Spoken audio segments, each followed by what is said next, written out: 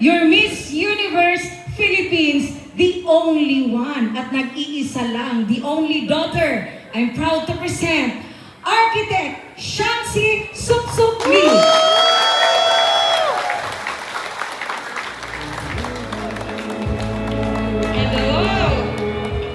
Hello po sa inyong lahat. Unang-una ay gusto ko po kayong batiin ng Happy Valentine's Day po. Sino po ang masaya ang puso ngayong Valentine's? Ayan naman, marami naman palang in love. Okay? Unang-una sa lahat, gusto ko rin pong pasalamatan kayo at sinamahan kami ngayon at hindi po kayo nakapag-date ng inyong kabiyak dahil kami po ang inyong sinamahan. Maraming salamat po. Kanina, hindi ko po in-expect na ganun po karaming tao ang sasama sa amin sa motorcade. Kaya doon pa lang po, napakasaya ko na po na makita po kayo at nakasuot po kayo lahat ng arte. Gusto ko po kayong bigyan ng konting background po, istorya po ng buhay ko. Marami po sa inyo, nakita po ako sa TV. Napanood po ako na lumaban sa Miss Universe. Pero yung storya ko po, yung pinanggalingan ko po, katulad din po ng inyong buhay. Sino po dito ang kinukonsidera sa sarili nila na mahirap? Madami po tayo. Pero naniniwala po ba tayo na ang pinanganak na mahirap pwedeng yumaman? Pwedeng umasenso? Pwedeng maging future konsehal? Pwedeng maging future president? Ako po isang testamento. Marami pong di nakakalam, laking hirap po ako. Sino ba ang mga magsasaka dito? Eto, si Ma'am Daisy. Isa po akong anak ng magsasaka. Lumaki po ako sa tabi lang po ng palayan.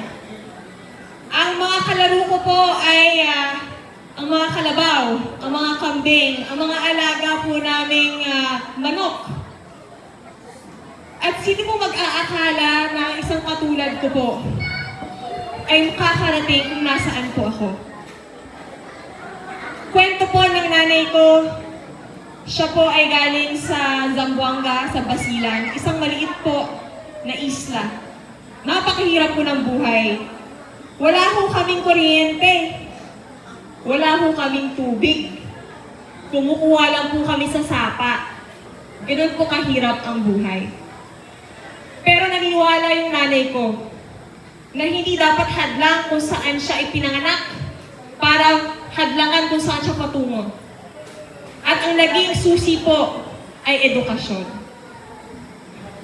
Nagkaroon po siya ng pagkakataong makakuha ng scholarship at nakapag-aral at nakapagtapos. At dahil po doon, mas nabigyan niya ako ng mas magandang buhay. Hindi man marangya, pero kaya akong buhayin ng komportable. Kaya po nung lumalaki ako, mag-isa lang po akong anak. Dahil ang nanay ko po, naging OFW. Once a year lang po kami kung magkita. Lumaki po ako sa tatay ko na isang magsasaka. At dahil siya po ang lagi kong kasama, kala ko po lalaki ako. Dahil siya po ang aking role model. Dahil ang nanay ko po kailangan pang mangibang bansa para mabigyan ako ng magandang kinabukasan. Kaya sabi ng nanay ko sa akin, anak, wala tayong kayamanan. Ang mabibigay ko lang sa'yo is edukasyon. Kaya mag-aral ka ng mabuti. Yun po ang ginawa ko. Nag-aral po ako ng mabuti. Simula po elementarya, nag-graduate po tayo ng salutatorian. High school, nag-salutatorian din po tayo. At dahil po doon, nakapasok po tayo sa Universidad ng Pilipinas. At ako po ay isang produkto ng pampublikong paaralan. Hindi ibig sabihin na public school na estudyante ka ay wala kang mararating. Isa po akong testamento doon. Isa po akong public school graduate. At nung ako po ay nakapasok sa Universidad ng Pilipinas, sa kursong arkitektura, ginalingan din po natin. At tayo po ay gumraduate ng magna cum laude. Pagkatapos po nun, hindi pa nagtapos. Kasi sabi ng nanay ko, hindi pa siya masaya. Lagi daw second. Di ba? Ang valedictorian ang number 1. So lagi po tayong salutatorian, so pangalawa. Ang magna din po is pangalawa. Dahil ang number 1 is summa. So, for the longest time, hindi ko maalis sa isip ko na bakit nga ba hindi ako pwedeng maging number 1? At doon po, napatunayan natin na sa sipag, sa tiyaga, at pagbibigay ng importansya sa iyong gustong mabot, tayo po ay kumuha ng exam bilang para maging isang registered or licensed architect. At noong 2010 po, naabot po natin yung pangarap ng nanay ko. Kung saan sa buong Pilipinas, ako po ang nag-number 1.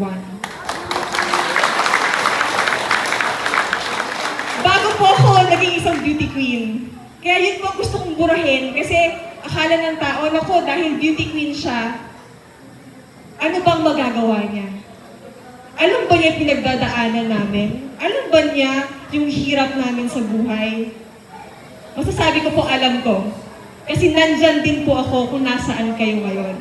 Pero naniniwala po ba kayo na next time, kayo naman po ang nasa lugar ko?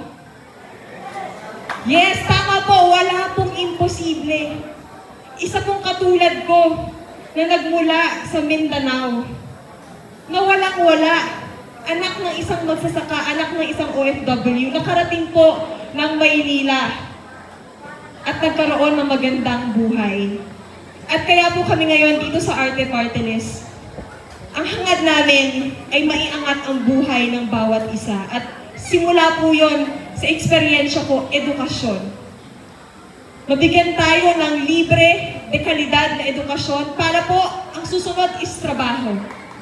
Pag tayo po ay may trabaho, mabibigyan natin yung mga anak natin ng mas magandang buhay. At magkakaroon tayo ng dignidad na hindi lang tayo naghihintay sa ayuda. Hindi po ba? Hindi po ba masarap na ang ginagastos natin ay alam nating deserve natin? Kasi pinaghirapan natin. Hindi natin ninakaw, hindi natin hiningi, kundi pinagtrabahuan natin. Kaya po kami ay humihingi ng suporta po sa inyo para po matulungan namin kayo. Kasama ko po ang aking asawa. Siya po ang first nominee po ng Arte Partenis. At talagang magtatrabaho. At sinabi nga po namin, sa totoo lang, hindi po namin kailangang tumakbo. Okay na po kami sa aming pribadong buhay. Pero sabi nga ni Lloyd, kung ang tamang tao ang nakaupo at sisiguraduhin na bawat budget na ibibigay, ipagkakaloob sa posisyon na binigay sa kanya. Kung lahat yun, gagawing programa, kung lahat yun pupunta sa tao, napakaraming tao ang matutulungan kung walang ibubulsa. Kaya wala pong ibang mapapromise, kundi sigurado po kayo na kami, ako po, at ang asawa ko, wala po kaming ibubulsa once kami ay naupo. Lahat po para po sa inyo. So gusto ko pong imbitahan ang aking minamahal na asawa. Opo, ang aking kadate ngayong Valentine's Day. Alam niyo po ba na siya ang aking first boyfriend? First and last. Kaya nga po kung may mga anak po kayo, at very, when I talk to mga kabataan, like ko sinasabi sa kanila, maghintay. Huwag magmadali. Diba? Ang pag-ibig darating yan. Pero ang oportunidad, diba? Ang oportunidad para tayo ay maging successful sa buhay, nasa sarili natin yun. Huwag nating hayaang masira nang dahil lamang katingin natin pag-ibig muna. Ako po naghintay ng 25 years At pinagdasal ko po, sabi ko sa Panginoon, gusto ko po yung magiging boyfriend ko, magiging asawa ko na. At binigay po niya sa akin, si Lloyd. Nung ako po, sa birthday ko talaga ko po siya, nung nag-wish po ako, dumating po siya.